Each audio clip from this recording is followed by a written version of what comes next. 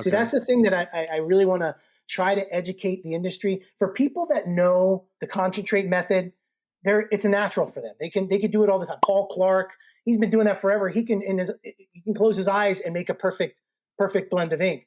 But for people that are new, to try to teach them how much ink to draw out, how much water to draw out, to make sure it's consistent every time, that's a big task for someone new to learn. Why not have stuff that's already mixed for you?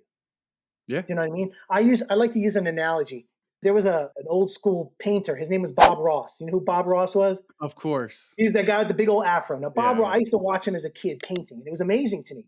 He would get his color palette. He'd put his paints on it. He would always put his yellow and his red and his blue. And then if he wanted a green, he would take a little yellow and a little blue and make green. And if he wanted a little bit darker, he'd add a little bit more blue. And he'd have a perfect patch of this green right here. Now, he would do some grass or whatever. But now if he had to come back to that painting the next day, because he's talented, he knew exactly how much blue and green to make that exact green. He knew it.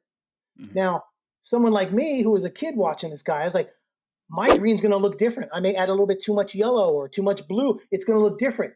So he ended up coming out with a set of paints that were already mixed. So I could just squirt out this green for this time and use the same thing next time. So that's kind of like what we did with Bishop Shades.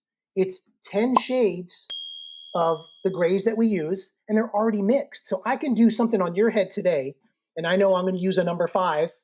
I'm going to pour it out of the bottle. You come back next week, I'm going to pour that same number 5 out of that bottle. You come back the week after that, I'm going to pour that same number. I don't have to redraw and pour it into a bottle or into a cup and mix it up and make sure that it's mixed and make sure I have the exact same ratios every time. It's already done. So Yeah. it's almost foolproof.